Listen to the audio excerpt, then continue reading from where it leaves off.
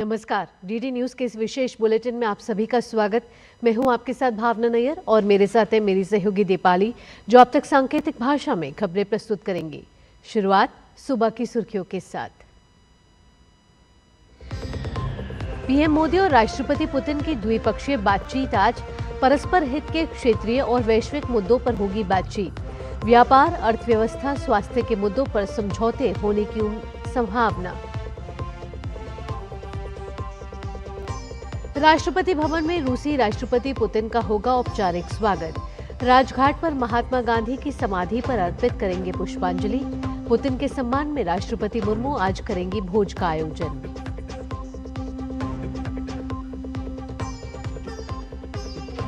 संसद के शीतकालीन सत्र का 5वां दिन आज। राज्यसभा में सरोगेसी कानून, कार्यस्थलों पर महिलाओं के साथ भेदभाव पर विधेयक पर चर्चा संभव।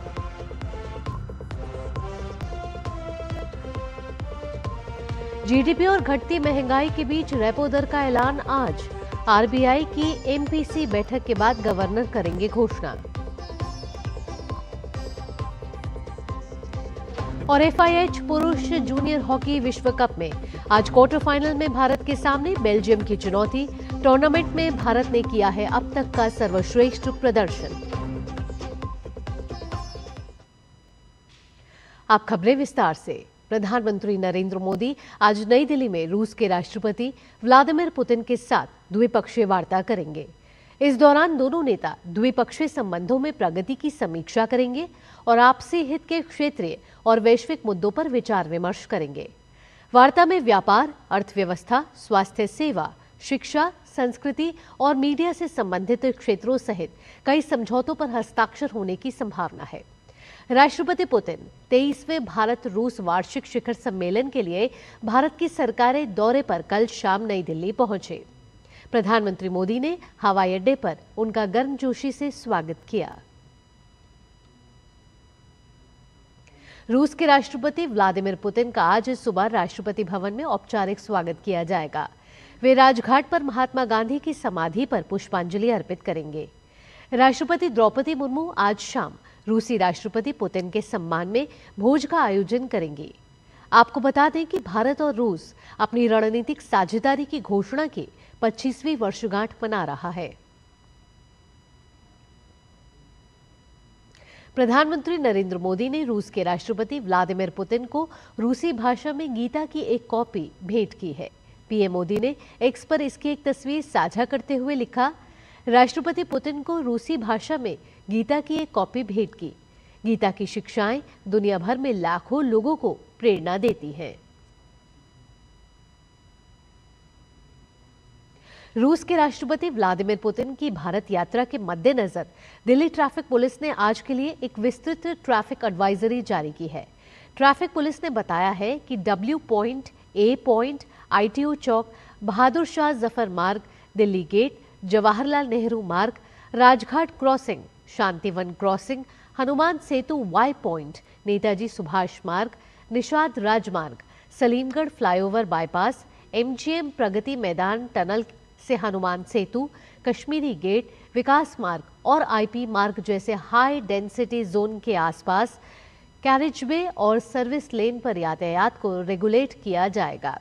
इस दौरान सुबह 9 बजे से दोपहर 12 बजे तक इन रास्तों से दूर रहने और भीड़भाड़ से बचने के लिए दूसरे कॉरिडोर का इस्तेमाल करने की सलाह दी गई है।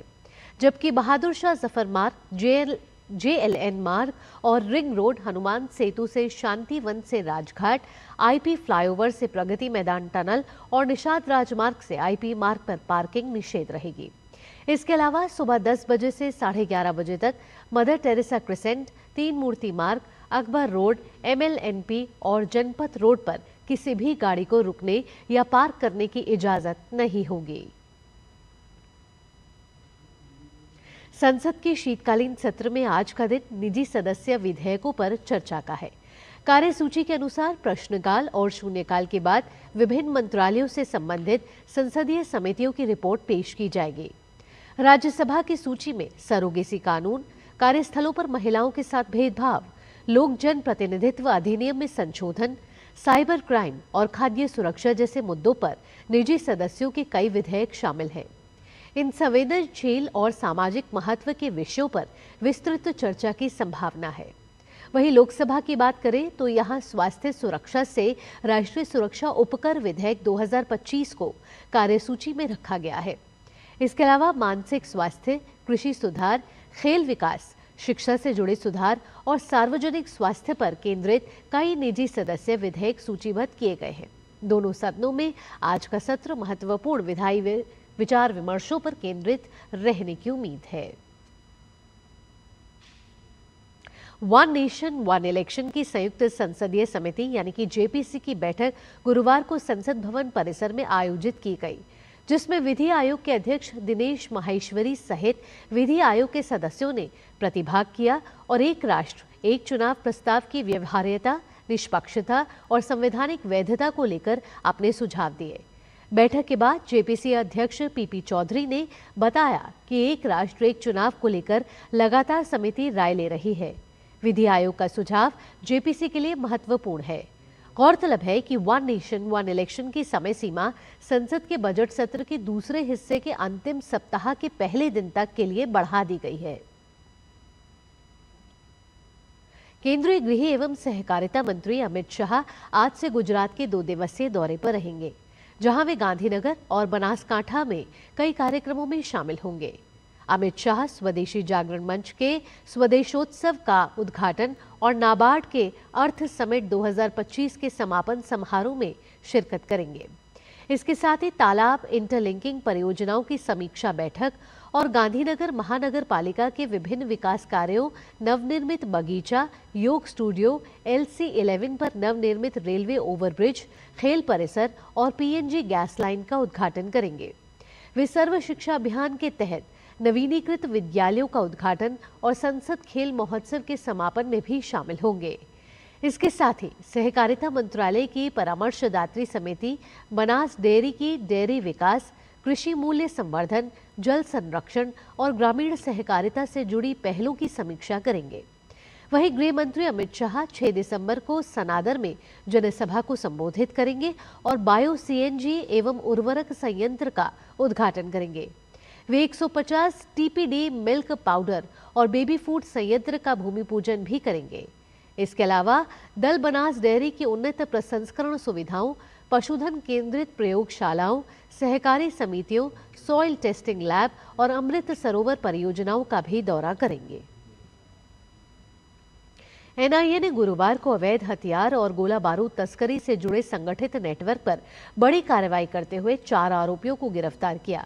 ये गिरफ्तारी के बाद की गई है ये कार्रवाई। NIA की 22 टीमों ने बिहार से नालंदा, शेखपुरा और पटना में 7 स्थानों, उत्तर प्रदेश के औरैया में 13 स्थानों और हरियाणा के कुरुक्षेत्र में 2 स्थानों पर एक साथ छापेमारी की। इस दौरान भारी मात्रा में गोला बारूद, 1 करोड़ रुपए से अधिक की नकदी, कई डिजिटल डिवाइस और संदिग्ध दस्तावेज बरामद किए गए। तलाशी के बाद पटना से शशि प्रकाश, शेखपुरा से रवि रंजन सिंह और कुरुक्षेत्र से विजय कालरा और कुश कालरा को गिरफ्तार किया गया। जांच में खुलासा हुआ है कि हरियाणा से यूपी होते हुए ये हथियार बिहार और अन्य राज्यों में सप्लाई किए जा रहे थे। केंद्रीय नागरिक उड्डयन मंत्री ने मंत्रालय के वरिष्ठ अधिकारियों और DGCA के साथ इंडिगो के संचालन को लेकर गुरुवार को समीक्षा बैठक की। उन्होंने DGCA और संबंधित अधिकारियों को एयरलाइन के नेटवर्क पर कड़ी निगरानी रखने और इंडिगो को जल्द से जल्द सेवाओं को सामान्य करने के निर्देश दिए। इसके साथ ही एयरपोर्ट अथॉरिटी ऑफ इंडिया और अन्य हवाई अड्डों संचालकों को भी हवाई अड्डों पर फंसे यात्रियों को हर संभव सहायता प्रदान करने के लिए कहा गया है।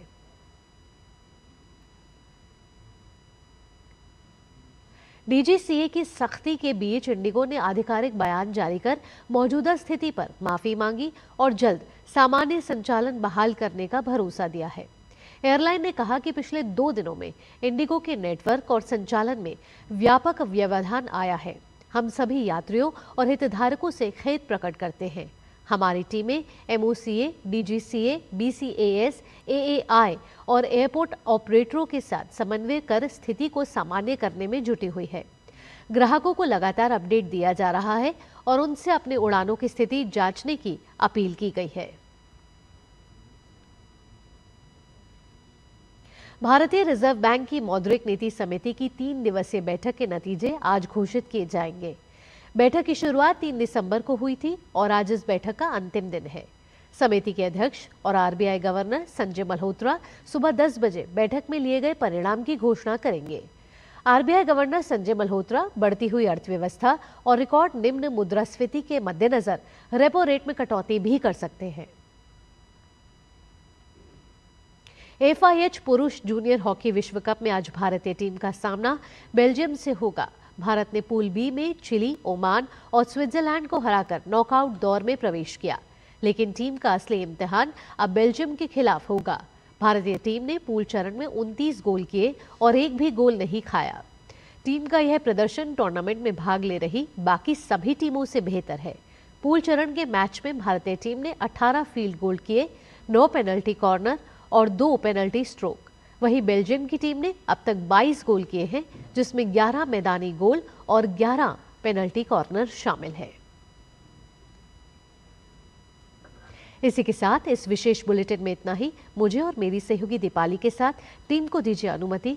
खबरों का सिलसिला यूं ही जारी रहेगा। नमस्कार।